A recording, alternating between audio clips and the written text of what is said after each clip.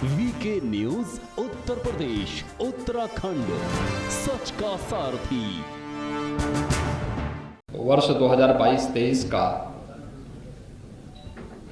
Budget आज विधानसभा में प्रस्तुत किया है। यह बजट प्रदेश की 25 करोड़ जनता की जनाकांक्षाओं की भावनाओं के अनुरूप प्रदेश के समग्र विकास को ध्यान में रख करके गांव, गरीब, किसान, नौजवान, महिलाएं, श्रमिक और समाज के प्रत्येक तबके को ध्यान में रख करके बनाया गया है। आदरणीय प्रधानमंत्री जी के नेतृत्व में, उनके मार्गदर्शन में लोक कल्याण संकल्प पत्र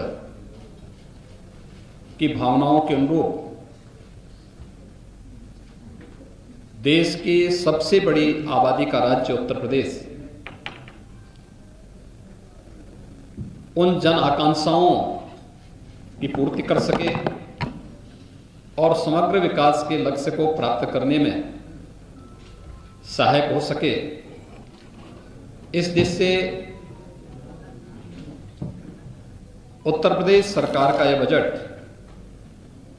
5 वर्षों का एक विजन भी है, जो प्रदेश के सर्वसमावेशी समग्र विकास के साथ साथ एक उज्जवल भविष्य की रूपरेखा भी तैयार करेगा। मित्रों, हम लोगों ने 2022 का विधानसभा का चुनाव के पूर्व एक लोक कल्याण पत्र जारी किया था। ये लोक कल्याण संकल्प पत्र में कुल 130 घोषणाएं हुई थी। इन 130 जो संकल्प हमारे लोक कल्याण संकल्प पत्र में थे, उसमें से 97 संकल्पों को हम लोगों ने इस बजट में पहले ही बजट में स्थान दिया है और इसके लिए हम लोगों ने 54,883 करोड़ रुपए का भी प्रावधान किया है।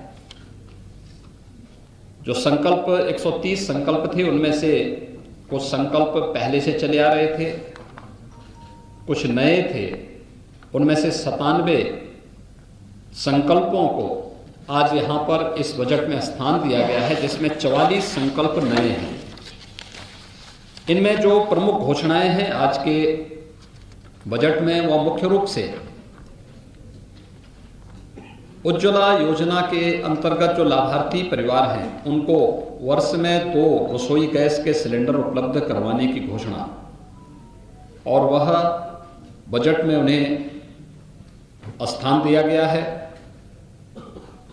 अन्नदाता किसानों के लिए भामाशाह भाव स्थिरता कोष की स्थापना के लिए धनराशि एक फंड की स्थापना की गई है। यहां पे हम लोग पहले से ही एमएसपी का लाभ धान, गेहूं और अन्य फसली के लिए किसानों को उपलब्ध कराते रहे हैं, लेकिन आलू, टमाटर, प्याज आदि फसलों के लिए इस प्रकार की व्यवस्था अब तक नहीं थी। इस बजट में हम लोगों ने अपने अन्नदाता किसानों को राहत देने के लिए भाव स्थिरता कोष की स्थापना भी की है और उस कोष के लिए भी व्यवस्था की है। प्रदेश के अंदर आदरणीय प्रधानमंत्री जी का जो देश के लिए विजन है कि हम फर्टिलाइजर, केमिकल और पेस्टिसाइड में कमी लाते हुए प्राकृतिक खेती को बढ़ावा दे सकें।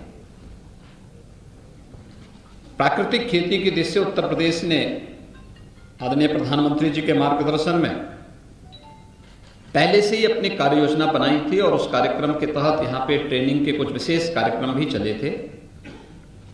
प्रदेश में इस समय हजारों किसान ऐसे हैं जो प्राकृतिक खेती के साथ जुड़े हैं। उनके लिए टेस्टिंग लैब की स्थापना भी हर कमिश्नरी स्तर पर हम लोग स्थापित कर रहे हैं। लेकिन अगले 5 वर्ष के लिए संपूर्ण बुंदेलखंड को प्राकृतिक खेती योजना के साथ जोड़ने की कार्रवाई को भी हम लोगों ने इस योजना में लिया है। इससे पहले गंगा के किनारे के जो 5-5 किलोमीटर के दायरे के क्षेत्र हैं, भारत सरकार के साथ मिलकर के इस कार्य योजना को हम आगे बढ़ा रहे हैं। लोक कल्याण संकल्प पत्र में एक और घोषणा हम लोगों ने की थी, वह थी किसानों के लिए सिंचाई की योजना की व्यवस्था अगले 5 वर्ष के अंदर यानी 0 तक पहुंचाना, फ्री में उन्हें सिंचाई की सुविधा उपलब्ध हो सके। इसके लिए हम लोग पीएम कुसुम योजना के अंतर्गत निःशुल्क सोलर पैनल उपलब्ध कराने की कार्रवाई को आगे बढ़ा रहे हैं। 15,000 से अधिक सोलर पैनल की कार्रवाई को इस वित्तीय वर्ष में हम लोगों ने इस बजट का हिस्सा बनाया है, जिसका लाभ हमारे अन्नदाता किसानों को प्राप्त होगा। इसके अलावा प्रदेश के अंदर हम लोगों ने जो अन्नदाता किसानों की दृष्टि से अन्य जो तमाम घोषणाएं की हैं, जो इस बजट में हम लोगों ने इसे स्थान दिया है, जो प्रस्ताव दिए हैं, उसमें एमएसपी का लाभ हमारे अन्नदाता किसानों को प्राप्त हो सके, इसके लिए बजट का प्रावधान सिंचाई की अवशेष परियोजनाओं को आगे बढ़ाने के साथ ही 1000 करोड़ रुपए की लागत से लघु सिंचाई की परियोजनाओं को पूरा करने के लिए भी एक विशेष प्रावधान इसमें दिया गया है। निषाद राज बोर्ड सब्सिडी योजना के अंतर्गत नाविकों के लिए नाव खरीद के लिए 40% तक सब्सिडी उपलब्ध करवाने की भी योजना हम लोगों ने इसके साथ ली है। और प्रदेश के अंदर गरीब कल्याण योजना के अंतर्गत एक गरीब कल्याण कार्ड भी जारी करने के लिए संपूर्ण परिवार सर्वेक्षण योजना को भी हम लोगों ने लिया है, जिससे पता लग सके कौन परिवार ऐसा है कि जो योजनाओं में केंद्र और प्रदेश सरकार की योजनाओं से भी वंचित रह गया है, और फिर उसके लिए एक स्पेशल स्कीम चलाना है। दूसरा, प्रदेश के अंदर रोजगार के सृजन और स्वरोजगार के सृजन के लिए हर परिवार का एक व्यक्ति सरकारी नौकरी, रोजगार या स्वतः रोजगार के साथ जुड़े, इसके सर्वेक्षण के कार्यक्रम को भी हम लोगों ने इस बजट में स्थान दिया है। एमबीबीएस और पीजी की सीटें पिछले 5 वर्षों के अंदर प्रदेश के अंदर दुगनी हुई हैं। इसको दुगनी करने के लिए, इसको उससे भी ज्यादा करने के लिए हम लोगों ने बजट में प्रावधान किया है। अयोध्या में इंटरनेशनल एयरपोर्ट की स्थापना करने के लिए भी आवश्यक धनराशि की व्यवस्था इसमें की गई है। प्रदेश के अंदर वे असेवित जनपद जहां पे मेडिकल कॉलेज का निर्माण की कल्पना कोई सोचता भी नहीं था, बिजनौर, कुशीनगर, सुल्तानपुर, गोंडा, ललितपुर, लखीमपुर खीरी, चंदौली, बुलंदशहर, सोनभद्र, पीलीभीत, औरैया, कानपुर देहात, कौशाम्बी और अमेठी, वहां पर भी उसके लिए बजट का प्रावधान इस बजट में हम लोगों ने किया है। बुजुर्ग पुजारियों के लिए, संतों के लिए और उस तबके के लिए जो अब तक उपेक्षित था, एक पुरोहित कल्याण बोर्ड के गठन की कार्रवाई और उसके माध्यम से पुरोहित्य कला को आगे बढ़ाने के साथ साथ उनके समग्र विकास और प्रोत्साहन के लिए भी एक बोर्ड के गठन के कार्यक्रम को भी हम लोगों ने इसमें लिया है। प्रदेश के अंदर युवाओं के लिए खासतौर पर हम लोगों ने स्वामी विवेकानंद सशक्तिकरण योजना प्रारंभ की और इसके तहत हम अपने युवाओं को टैबलेट और स्मार्टफोन दे रहे हैं। स्नातक और स्नातक हर युवा को इसके लिए धनराशि की व्यवस्था हम लोगों ने बजट में की है। इसके साथ ही प्रदेश के अंदर सामूहिक विवाह योजना के लिए भी, जिसमें हम 51,000 रुपये गरीब कन्याओं की शादी के लिए, किसी भी जाति मत मजहब से जुड़ी हुई कन्या हो, 51,000 रुपये हम उसके लिए उपलब्ध करवाते हैं। तो वह उसके लिए भी विगत वर्ष तक प्रति वर्ष 250 रुपये हुआ करता था। इस बार हम लोगों ने इस राशि को बढ़ा करके 600 करोड़ रुपये का प्रावधान किया है। निराश्रित महिला पेंशन की योजना 300 से बढ़ा करके 1,000 रुपया किया गया है, और इसके लिए भी जो पहले धनराशि गत वर्ष तक 1812 करोड़ हुआ करती थी, इस राशि को बढ़ा करके 4,032 करोड़ रुपये किया गया है।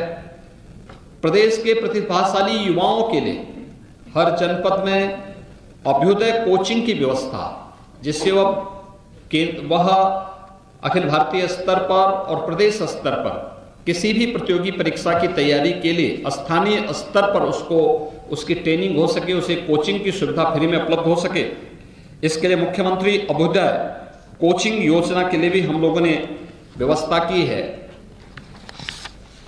वृद्धावस्था पेंशन की राशि, गत वर्ष तक ये राशि 3600 करोड़ रुपए सालाना हुआ करती थी। इस बार इसको बढ़ा करके 7,000 करोड़ रुपए से अधिक की इसमें बढ़ोतरी की है। यह राशि भी पहले उन बुजुर्गों को 300 रुपए मिलती थी, फिर वो बढ़ा करके 500 हमारी सरकार ने किया, और उसे इस समय 1,000 रुपये करने का प्रावधान भी किया गया है। प्रदेश के अंदर जो शुगर मिल है, चीनी उद्योग में विगत कुछ वर्षों के दौरान, पिछले 5 वर्ष के दौरान उत्तर प्रदेश ने देश में बहुत अग्रणी भूमिका में काम किया है। यहाँ तक कि कोरोना जैसी महामारी के दौरान भी हमने प्रदेश में चीनी मिलों को बंद नहीं होने दिया। गन्ना किसान के मन में उसके प्रति एक विशेष उत्साह भी है कि पहली बार ऐसे देखने को मिला जब कि सरकार अपने स्तर पर इनिशिएटिव लेकर के गन्ना किसानों के हितों के लिए कार्य कर रही है। हम लोगों ने पिछले बार 3 चीनी मिलों की नई स्थापना की थी। इसमें रमाला चीनी मिल, मुंडेरवा चीनी मिल और पिपराइच चीनी मिल। इसके अलावा कुछ चीनी मिलों को जो बंद थे उनको हमने प्रारंभ किया। इस बार भी लगभग 6 ऐसी चीनी मिलों के लिए जो जर्जर स्थिति में हैं, उनके एक्सपेंशन और वहां उनके आधुनिकीकरण की कार्रवाई को भी सरकार ने अपने हाथ में लिया है, जिसमें क्षमता विस्तार के साथ साथ वहां पर आधुनिक चीनी मिलें लग सकें। ये प्रदेश के अलग अलग स्थानों पर हैं। उसमें सांथा है, ननौता है, आपके छाता चीनी मिल है, बुड़वल है। इसी के साथ ही जो मोहद्दीनपुर मेरठ की चीनी मिल है, उसमें डिस्टिलरी की स्थापना की कार्रवाई को भी हम लोगों ने इस बजट में स्थान दिया है। मित्रों, 2019 का प्रयागराज कुंभ उत्तर प्रदेश और देश और दुनिया के सामने अपनी एक नई पहचान बनाया। यह हमारा सौभाग्य है 2025 में फिर महाकुंभ का आयोजन होगा। दुनिया का सबसे बड़ा आध्यात्मिक और सांस्कृतिक आयोजन। हमारी सरकार अभी से इसकी तैयारी प्रारंभ करने जा रही है और इसके लिए हम लोगों ने बजट में प्रावधान किया है। इसके लिए एक अलग से मत खोल करके प्रयागराज कुंभ को फिर से ऐतिहासिक बना करके देश और दुनिया का एक यूनिक इवेंट के रूप में से प्रस्तुत करने के लिए ये व्यवस्था भी इसमें की गई है। लोक परंपरा और लोक संस्कृति किसी भी सांस्कृतिक विरासत की आधार होती है। लोक गाथा, लोक परंपरा इस संस्कृति की आत्मा होती है। प्रदेश इस दिश से बहुत समृद्ध है कि यहाँ पे पूर्वी उत्तर प्रदेश में भोजपुरी बोली जाती है,